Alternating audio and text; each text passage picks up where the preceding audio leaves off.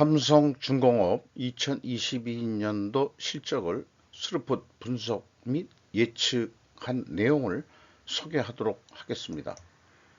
매출은 10.5% 감소했고 영업손실 103.4%나 영업손실이 크게 늘어났습니다. 포괄 가공비 배부 재고자산 회전율도 하락을 했습니다. 구독, 좋아요는 제 한테 큰 에너지를 팍팍 넣어주시는 게 되겠습니다. 1.5 배속을 보시기 바랍니다. 원가 회계 손익으로서요, 매출이 5조 8,562억 원을 달성해서 전년도에 비해서 10.5%가 감소했습니다.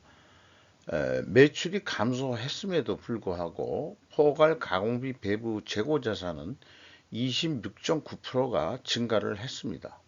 또 매출 원가는 13%가 추가로 하락을 했습니다.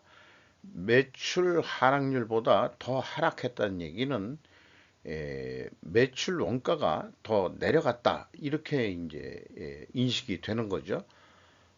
그래서 판관비도 약간 내려가지고 영업 손실이 전년도에 1조 1,9,200억이나 됐는데 9,151억 원으로 영업 손실을 줄였습니다. 그래서 그 줄인 비율이 23.2%. 그러니까 어떻게 생각하면은 그 생산이 좀 마진이 더 좋아졌다, 이렇게 이제 볼 수 있는 거죠. 매출 원가가 내려간 게 이제 그 이 원가 회계니까 원가에서 매출 원가가 더 내려간 것이 이게 개선이 된 주요 원인이다. 표를 봐서는 이제 그렇게뿐이 이제 인식을 할 수가 없는 거죠. 영업이익률이 결국은 2.6% 올라간 폭이 됩니다. 그러면은 스르폿 회계로 분석한 내용을 말씀드리면은 매출에 비례하는 매출 재료비는 3조 7,160억 원대로서 20.5%가 크게 증가했습니다. 매출이 감소했는데 매출 재료비는 더 크게 증가했거든요. 그러니까 그 갭이 30%나 차이가 나니까 원재료 가격이 매우 높게 상승했다고 1차 추론을 할 수 있겠습니다. 그래서 그 스르폿 금액상으로 38.1%나 감소했고요. 스르폿율은 16.3%나 하락을 했습니다. 운영비용을 17.4% 전략을 감소를 시켰습니다만은 결과론적으로는 스르폿 영업손실은 1조 2천억 원대로서 영업손실이 거꾸로 103.4%가 증가를 했습니다. 상승을 했습니다. 원가 회계 영업이익하고 영업보다 무려 2,941억 원이 더 적은 수치입니다. 이것은 계약 자산이 크게 증가했기 때문입니다. 그러니까 이 매출액에는 계약 자산이 증가한 금액만큼 매출을 수익으로서 인식을 하기 때문에 실제 계약 자산 증가액을 빼면은 이 5조 원이 안 되고 계약 자산 증가액을 좀 봐야 되겠습니다만은 이 5조 원대가 아니겠느냐. 그러니까 한 8,562억 원은 이게 실질적으로 매출이 일어난 게 아니다, 그냥 인식만 했을 뿐이지, 이렇게 이제 말씀드릴 수 있겠어요. 그래서 재고 자산 내역을 보면은 WCAI 가공비 배부 재고 자산은 151억 원 증가하는데 그쳤습니다만은 계약 자산이 2조 3천억 원대로 증가를 해서 6,926억 원이 증가를 했습니다. 이 증가한 분만큼 매출이 더 실질적으로는 안 일어났는데도 불구하고 수익으로 매출로 인식을 했다는 얘기죠. 스르폿은 이거를 제거해 버립니다. 그리고 향후 올해의 그 매출액을 예측해 볼 수 있는 수주잔고는 28조 5천억 원대를 가지고 있습니다. 누누이 말씀드리는 거지만은 이렇게 그 회계 기간이 없는 식으로 발표를 하는 것은 매우 수준 낮은 방법이라고 보고, 회계 기간이 들어간 연간 단위로 이 표를 만들어야 된다 그러면은 여기 그 전기 2월 잔고가 있고 올해 2022년도에 수주액이 얼마고 긴 납품액이 얼마다. 그러니까 5조 9천억 원대뿐이 못했는데 17조 원대 한 거로 이렇게 하잖아요. 그게 도대체 언제부터 언제까지 뭐 한 건데, 이게 이제 의미가 없는 통계를 공시를 하는 수준 가지고는 분석하는데 크게 도움도 안 된다.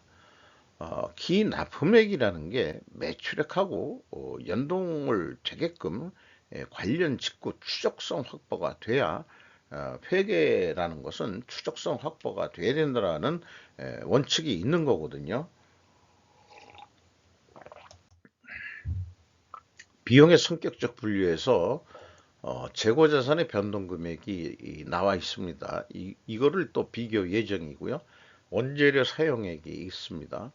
그래서 이 두 가지를 합친 게 매출원가 재료비인데 7%가 그 감소했습니다.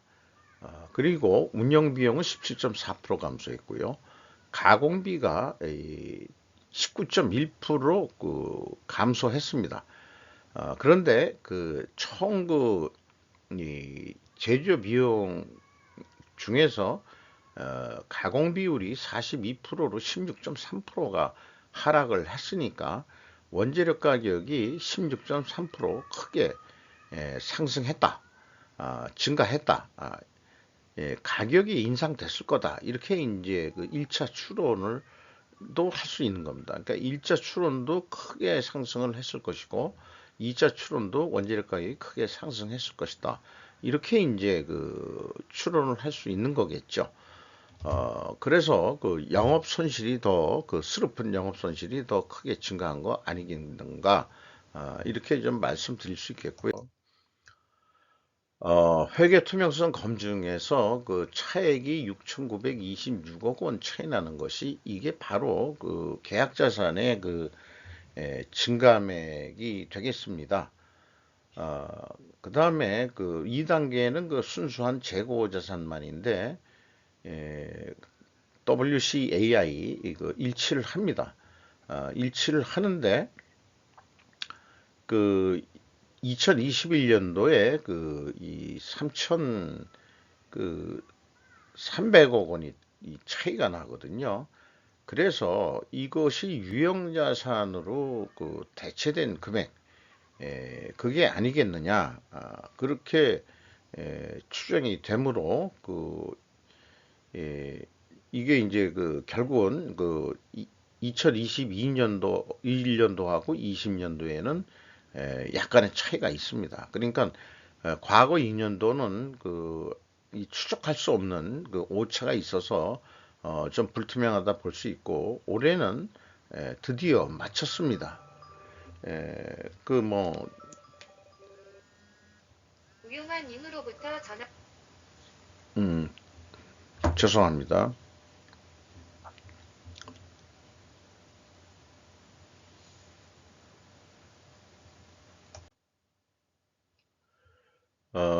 재고자산 회계 투명성 3단계로서 그 현금 흐름표 기준 전체 재고자산의 증감액은 현금식으로 읽으면은 현금이 그 361억 원이 나갔으면은 재고자산이 361억 원만 증가하면 되는데 무려 그 7,790억 원이 증가를 했습니다.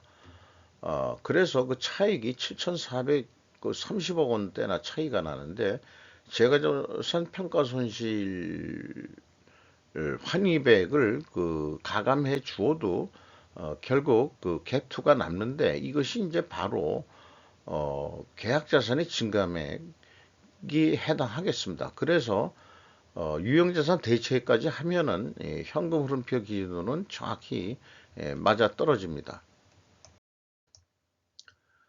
스루프 손익과 원가 손익의 갭 검증 2단계로서 이 원가 회계 손익과의 차이는 이 검증이 이렇게 이 3단 아니 2단계로서 확인이 됩니다.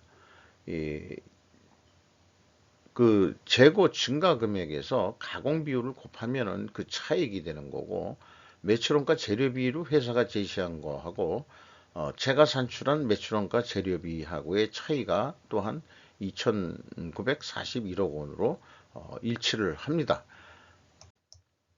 운영비용으로서 이 인건비가 거의 9천원 원대가 집행이 됐는데 2.1% 증가했습니다.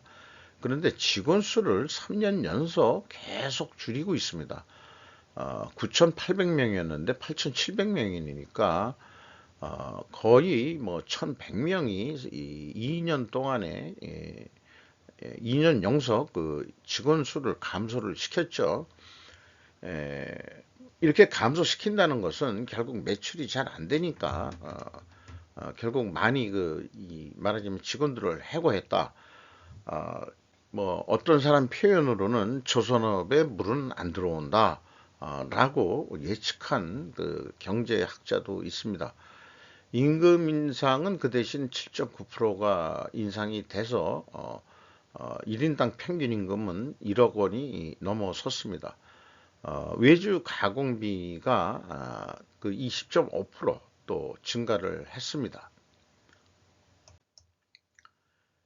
경영평가지표로서 이 포괄 가공비 배부 재고자산 회전율이 떨어졌고요.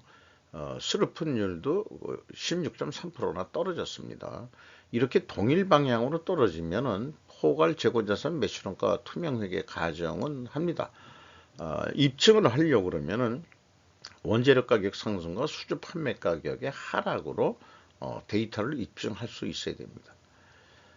나머지 평가 지표들은 뭐 좀 봐주시고요. 그 다음에 총 자산 회전율은 0.4라면은 자신이 가지고 있는 역량의 4할 뿐이 지금 수주 영업 활동을 못 벌이고 있다.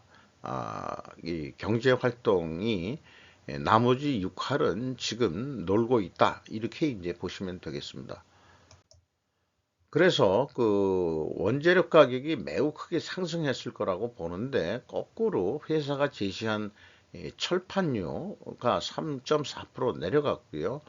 제품 가격은 실제 이게 수주 가격이라기보다는 국제 무슨 선사협회에서 제시하는 것을 공개한 것뿐이는 안 됩니다. 그럼에도 단순 평균은 7%가 가격이 인상된 거로 나와 있습니다. 그래서 이거를 그나마 그래도 나와 있는 거니까 원재료 가격 하락률에다가 재료 비율을 곱하면은 가격은 내리는데 이제 제품 가격은 상승했다. 그러니까 추측하고는 영 반대가 된 거죠. 그리고 또한 선박 원재료 대상으로 철판만을 공시하는 것은 대표성이 약하다. 이렇게 말씀드릴 수가 있어요. 선박을 만드는데 철판만 가지고 하는 거 아니고 딴 기업은 페인트도 좀 많이 들어가니까 페인트도 하지만은 사실 그게 껍데기 만드는 데 들어가는 거고, 그 안에 핵심적인 것은 엔진이라든가 그 다음에 뭐 여러 가지 그런 거를 좀 넣어야 되지 않겠느냐. 뭐 프로펠러 뭐 이런 것도 그냥 철판으로 만드는 거니까 다 그거로 그냥 해도 되겠지만은 엔진만큼은 좀 아무래도 다를 것 같고요. 그 다음에 선박이라는 게 꽤 파이프 작업도 꽤 많을 텐데 파이프 같은 것도 좀 넣어야 되지 않겠나. 형광은 파이프가 아니거든요.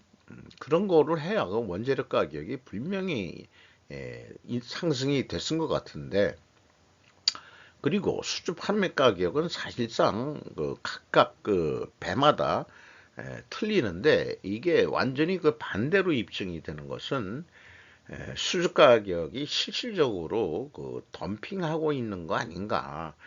그렇게 계속 적자가 나는데도 과거에 덤핑 수주 한 거 아닌가. 인건비도 계속 올라가야 되고, 직원 수를 그 했다 그래도 이게 뭔가 혁신적인 그 경영 혁신이 일어나지 않고서는 삼성중공업은 그 이 적자늪에서 그 벗어나지 못할 것 같습니다. 지금까지 논의한 내용을 그 논리식으로 정리를 하면은 충분 조건인데요.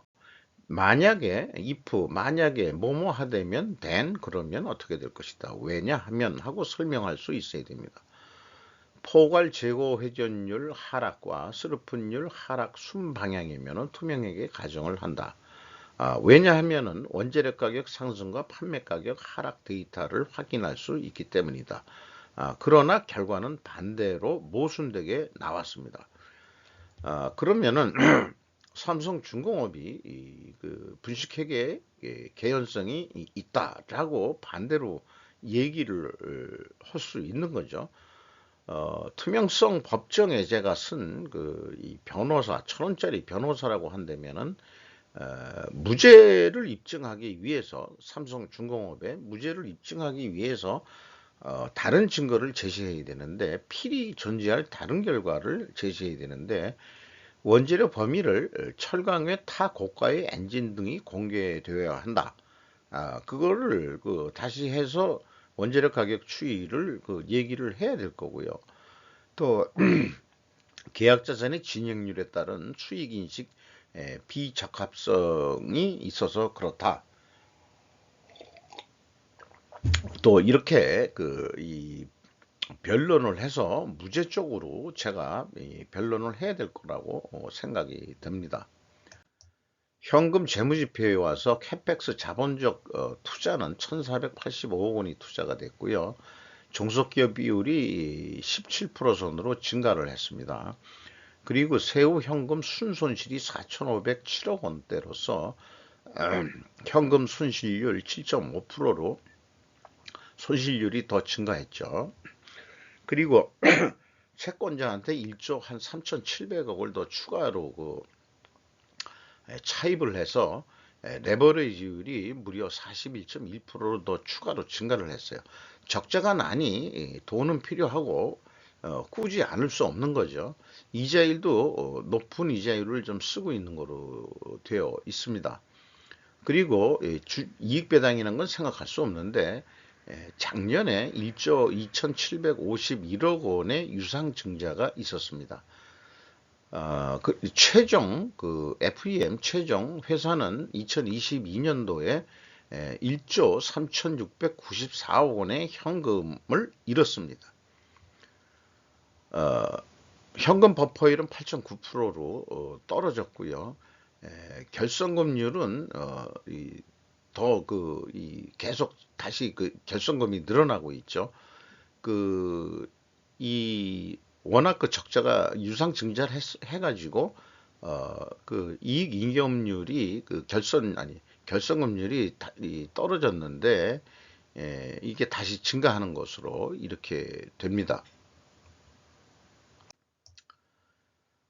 그래서 이게 그 실적에 의한 이 매출 예측이라기보다도 손익분기점의 매출액이 얼마면 되겠는지를 원가 회계의 사고방식으로 하면은 7조 한 3천억 정도 하면은 손익 분기점 정도 될 것이다. 그래서 이제 만약에 7조 3천억을 한다면은 뭐 약간 떨어진 423억 정도 영업 손실이 나는데 진짜 그 더 전환해 보자 그래서 이 7조 6천억까지 매출을 인식한다면은 추가 판매가 아니고 이미 수주해 놓은 거를 매출을 추가 인식하는 거죠. 뭐 추가 판매를 한다 그래도 뭐 틀릴 말은 아닙니다만은 5%만 더 노력을 더 한다 그러면은 흑자 1,490억까지 낼 수는 있다 하는 게 원가 회계 방식의 그 예측인데요. 그런데 또 이 토탈 그 가공비 배부 재고 자산을 5% 줄인다면은 거꾸로 5%만 줄여도 영업 손실로 다시 변해버립니다. 원가 회계의 맹점이 그 재고가 많다 그래서 재고를 줄이라고 하면은 결국은 재고를 줄였는데 왜 영업 손실이 날까? 그렇게 이제 모순 속에 사람들은 그게 이상하다 하면서도 그게 세상의 진리인 줄 알고 살고 있다는 거죠. 그래서 스르프식으로 생각을 해보면은 이 손익분기점 그 산식을 이용해서 보면은 9조 원은 해야 됩니다. 9조 원은 운영 비용이 하나도 변경이 없다 하고 이 손익분기점을 뽑아보면은 9조 원은 해야 된다. 2022년도 물가 기준으로 운영 비용 기준으로. 그런데 있는 데이터를 가지고 끙끙거려서 이 매출 재료비가 40% 정도 인상을 시켜야만 그만 매출 재료비가 매출에 비례하는 거니까 한 9조 원대에 가깝게 하려고 그러면은 근데 이게 40%나 이렇게 높게 증가한다는 게 좀 무리한 그 사업 계획일 수도 있지만 여한 한 8조 원대로 더 만들기 위해서 계획을 이렇게 무리하게 세워본다는 거죠. 그래서 그 한 8조 2천억 원대로 계획을 해가지고 이렇게 이 제안을 하면은 그래도 그 예상은 한 7,468억 원 적자가 예상이 됩니다. 그런데 이제 계약을 또 8조 원으로 한다 그러면 1조 원 또 적자가 예상이 되고요. 그러면은 흑자로 돌아서려고 그러면은 재고 회전율을 지금 1.9회전밖에 못했는데 이게 36.8%나 그 회전율을 크게 증가시킬 수 있는 자관 아주 그냥 무리한 도전을 해서 만약에 성공을 한다 그러면은 239억 원 정도 영업이익을 낼 수 있을 것으로 보입니다. 거꾸로 이 재고를 줄이는 경우의 수는 영향을 미치질 않고 스루프트에게는 계약한 단가를 했을 때 예상 영업 손실 이렇게만 영향이 없고 영업 손실로 그냥 나타나겠습니다. 그래서 그 갭이 한 1조 원대로 나타납니다. 재고 회전율을 크게 상승을 시켜서 매출 추가 인식을 해야만이 그러니까 빨리 그 배를 만들어서 선박을 인도해 가지고 인보이스 발행과 함께 매출 인식을 해야 될 거라고 믿습니다. 주가는 5,030원으로서 2021년 말보다 640원 더 떨어졌고요. 시가총액도 5,466억 원이나 더 떨어졌습니다. 삼성전자가 15.23%가 떨어졌고요. 국민연금공단이 15.23% 지분을 소유하고 있고 국민연금공단이 6% 가지고 있고 외국인이 15.89%를 가지고 있습니다. 삼성전자도 이제 2023년도에는 성과가 안 좋아질 텐데 언제까지 유상증자를 통해서 삼성중공업의 적자를 언제까지 메꿔줄 수 있을지 우려가 됩니다. 우리나라가 그래도 이 3조선 체제인데 현대중공업 그다음에 대우조선해양 이제 하나그룹이 인수를 했죠. 그리고 이제 삼성 이렇게 이제 세 군데가 있는데 모쪼록 삼성중공업도 흑자 경영을 해서 생존을 하시기 바랍니다. 다른 데는 잘하면서 배 만드는 것만큼은 왜 못하는지 모르겠네요. 이상 마치도록 하겠습니다.